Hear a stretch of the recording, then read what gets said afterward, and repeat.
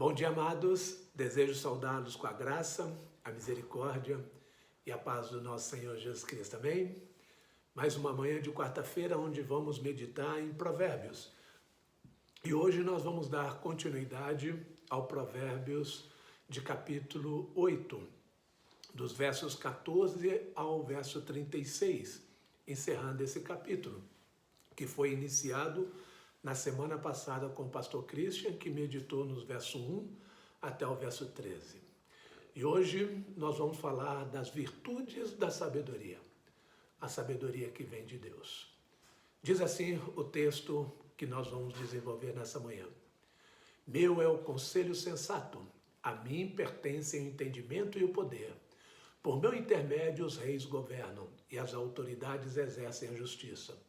Também por meu intermédio governam os nobres, todos os juízes da terra. Amo os que me amam e quem me procura me encontra. Comigo estão riquezas e honra, prosperidade e justiça duradouras. Meu fruto é melhor do que o ouro puro. O que ofereço é superior à prata escolhida. Ando pelo caminho da retidão, pelas veredas da justiça, concedendo riqueza aos que me amam e enchendo os seus tesouros. O Senhor me criou como o princípio do seu caminho, antes das suas obras mais antigas.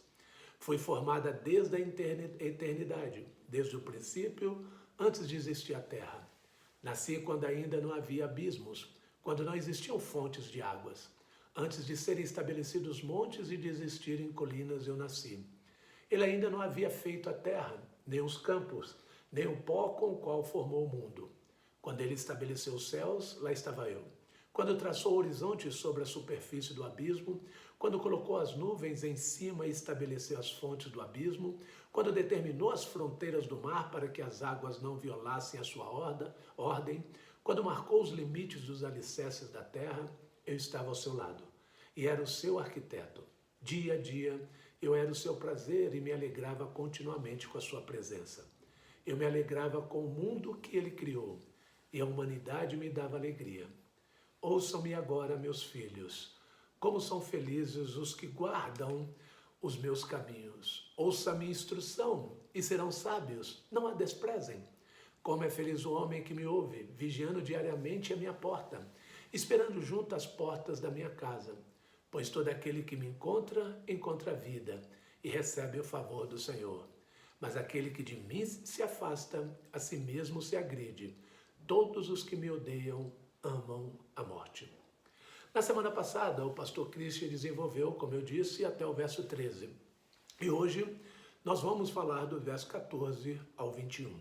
Mas antes vamos orar. Maravilhoso Deus, nós te agradecemos por estarmos tendo a oportunidade de estudar a tua palavra em Provérbios.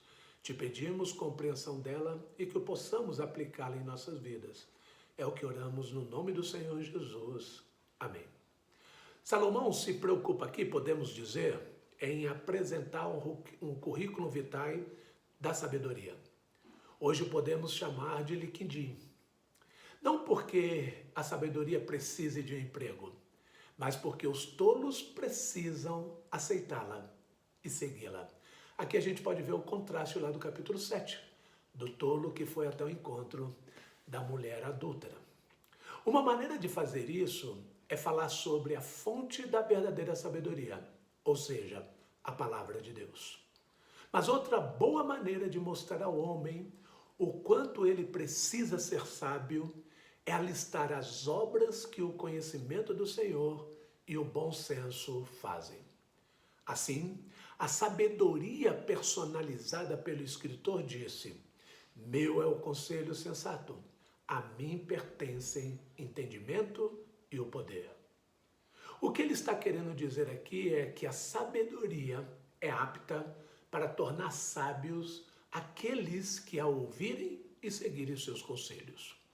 E o melhor exemplo disso é o modo como tais conselhos mudam até os mais poderosos da sociedade no sentido de uma boa liderança.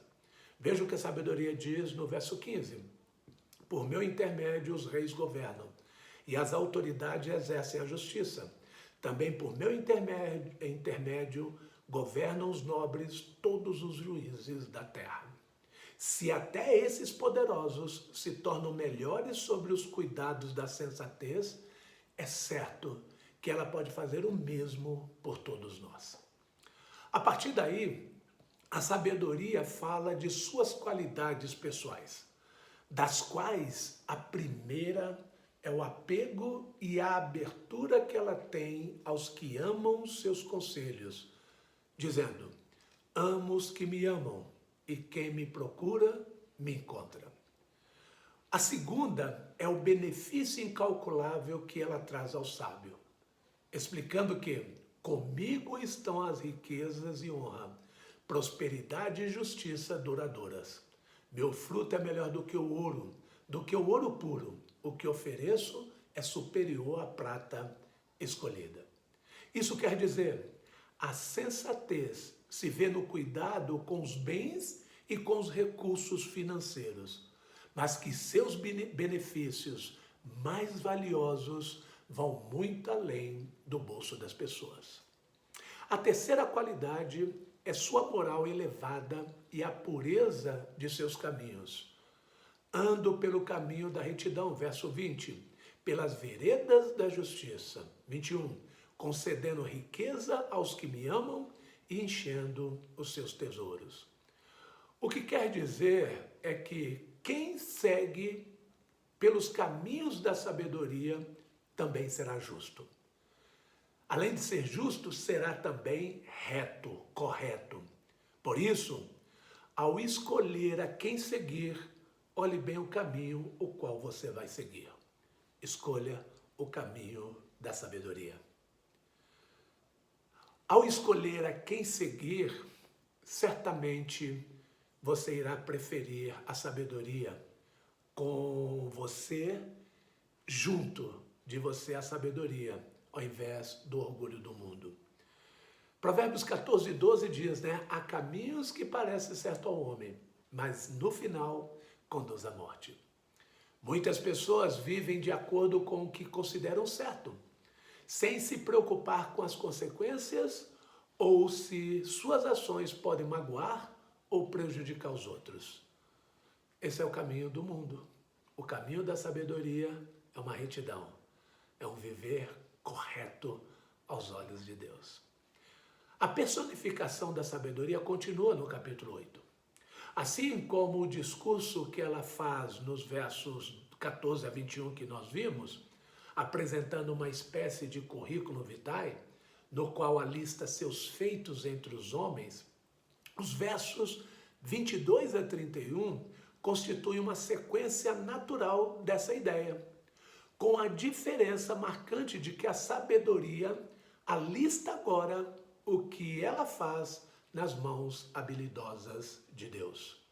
Assim ela diz: o Senhor me criou como o princípio de seu caminho, antes das suas obras mais antigas. Fui formada desde a eternidade, desde o princípio, antes de existir a terra. A personificação da sabedoria não deve confundir o leitor, fazendo-o achar que ela é uma pessoa de verdade, em vez de uma figura didática de linguagem. A intenção do escritor é mostrar que Deus sempre foi sábio e que é o perfeito exemplo de bom uso do conhecimento. A onisciência divina não é fruto de algum tipo de aprendizado do Senhor, mas um atributo do seu caráter, pelo que a sabedoria data sua origem desde antes que qualquer criação tivesse ocorrido. Nasci quando ainda não havia abismos, quando não existiam fontes de água. Antes de serem estabelecidos montes e de existirem as colinas, eu nasci.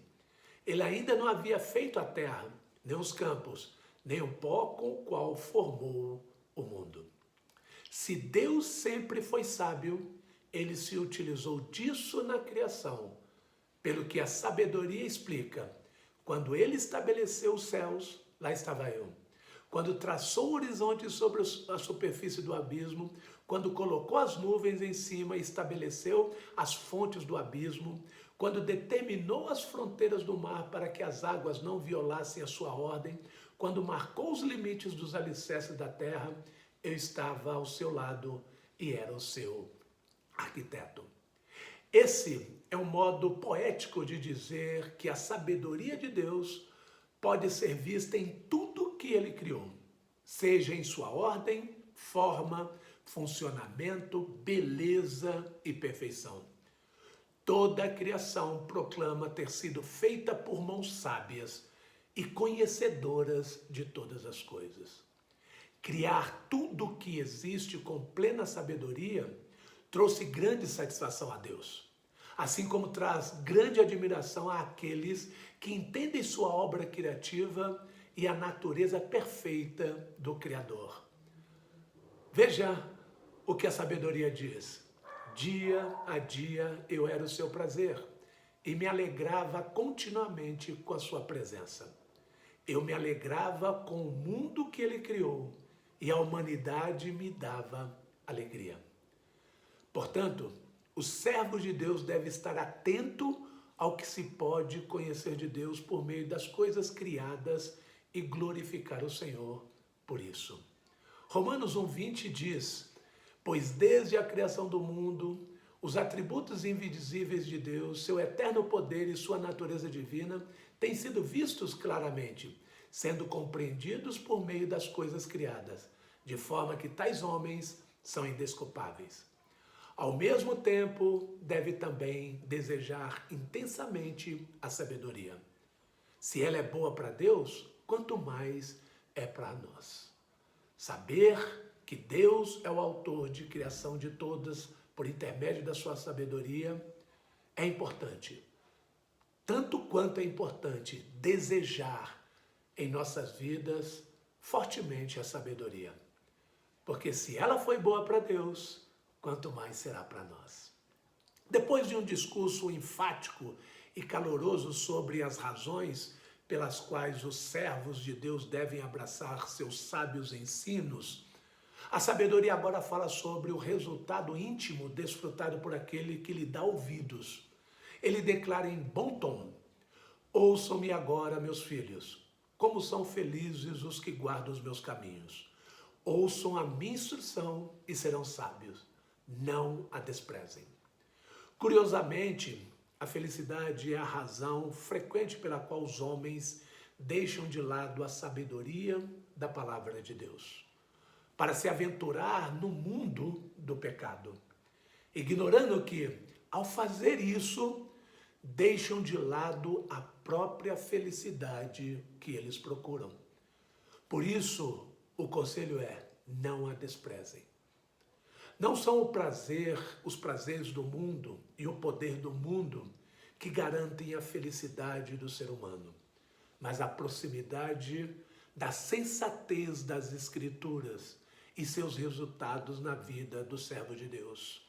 Veja o que a sabedoria ainda diz: como é feliz o homem que me ouve, vigiando diariamente à minha porta, esperando junto às portas da minha casa. Com tantos benefícios, o endereço da sabedoria acaba se tornando um mapa do tesouro, de modo que ela diz: todo aquele que me encontra a vida e recebe o favor do Senhor. Encontrar a sabedoria significa entender seu valor, crer na sua fonte e obedecer os seus ensinamentos, ser um bom servo de Deus e uma pessoa sábia que se afasta do mal e se aproxima do bem. Por outro lado, a sabedoria completa dizendo que aquele que de mim se afasta, a si mesmo se agride, todos os que me odeiam amam a morte. Isso quer dizer que não apenas há benefícios para quem encontra a sabedoria, mas também há prejuízos para quem a rejeita ou se afasta dela. Dentre os prejuízos está, como diz o texto, a si mesmo se agride. É o mesmo que dizer que aquilo que a pessoa buscava acabou sendo intencionalmente abandonado e desprezado quando ela rejeitou a palavra de Deus. Não somente a palavra de Deus que ela rejeitou, como a oferta da salvação pela fé. Toda alegria que ela tem na vida são transitórias e insatisfatórias. Ao passo que a felicidade plena, agora e para sempre, com essa atitude, é jogada para fora. Amados, a reflexão é, se não é assim que você quer terminar a sua vida, entregue-a ao Senhor e siga as orientações sábias da palavra de Deus. Aí, então conhecerá a felicidade verdadeira, que nunca morre. Que Deus nos abençoe e que Ele possa cada dia nos direcionar à sabedoria, a verdadeira sabedoria que vem dele. Vamos orar. Maravilhoso Deus, desejamos seguir os teus caminhos, desejamos seguir os teus conselhos. Nos ajude a buscar na tua palavra a sabedoria para vivermos uma vida feliz. Não uma felicidade baseada nas coisas deste mundo, mas uma felicidade que vem do Senhor. Sabemos que a sabedoria está no Senhor. Então nos ajude a buscá-la na sua palavra, para que a cada dia a tua salvação se confirme em nós através de uma felicidade plena para sempre. É o que oramos no nome santo do Senhor Jesus. Amém. Que Deus abençoe cada um de vocês e tenha um excelente término de semana. Nos vemos no final de semana. Um beijo no coração de cada um de vocês.